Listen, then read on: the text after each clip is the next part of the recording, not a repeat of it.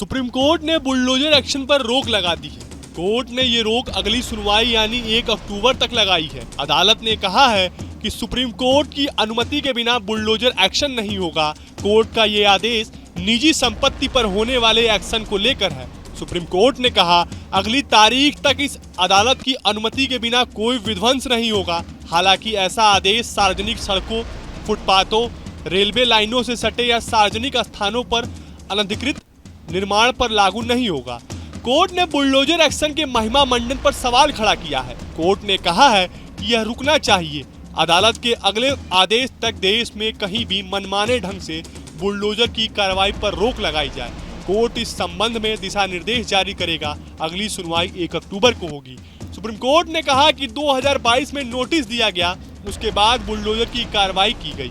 क्या यह कार्रवाई कानून के तहत की गई थी? एसजी तुषार मेहता ने कहा कि यह कहना कि एक विशेष संप्रदाय के खिलाफ ही कार्रवाई की गई तो यह गलत है। इससे पहले मामले की सुनवाई करते हुए सुप्रीम कोर्ट ने गुरुवार को कहा कि किसी अपराध मामले में कथित संलिप्तता के वैध रूप से निर्मित मकानों को ध्वस्त करने का कोई आधार नहीं है।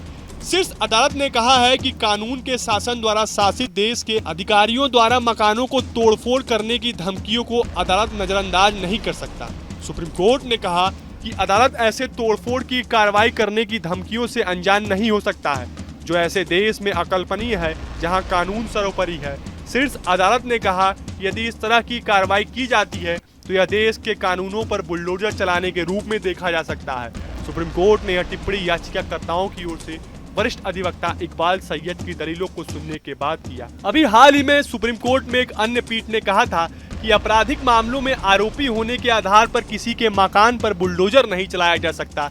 जस्टिस BR गवई और KV विश्वनाथन की पीठ ने कहा था कि आरोपी ही नहीं, आपराधिक मामले में दोषी ठहराने जाने के बाद भी बुलडोजर से मकान को नहीं गिराया जा सकता।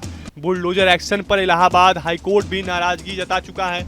आजमगढ़ में कानूनी प्रक्रिया अपनाए बिना बुलडोजर से घर गिराए जाने पर हाईकोर्ट ने नाराजगी जताई थी। इस मामले में हाईकोर्ट ने यूपी सरकार से पूछा था ऐसी कौन सी परिस्थिति थी जिसके चलते कानूनी प्रक्रिया का पालन किए बिना याचिकाकर्ता के घर को गिरा दिया गया। कोर्ट ने इस मामले में यूपी सरकार से जवाब दाखिल करने को कहा। आजमगढ़ के सुनील कुमार ने अपना घर गिराए जाने के बाद हाईकोर्ट में याचिका दायर की थी। जमीन विवाद को लेकर आजमगढ़ के एडिशनल कलेक्टर ने 22 जुलाई को सुनील कुमार का घर गिराने का आदेश जारी किया।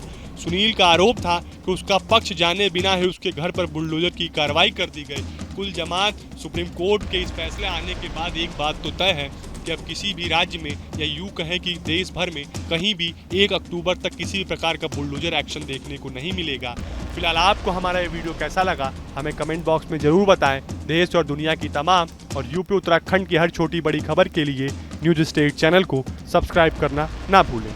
न्यूज नेशन अब व्हाट्सएप पर खबरों के ताजा अपडेट के लिए न्यूज नेशन के इस QR कोड को स्कैन करें।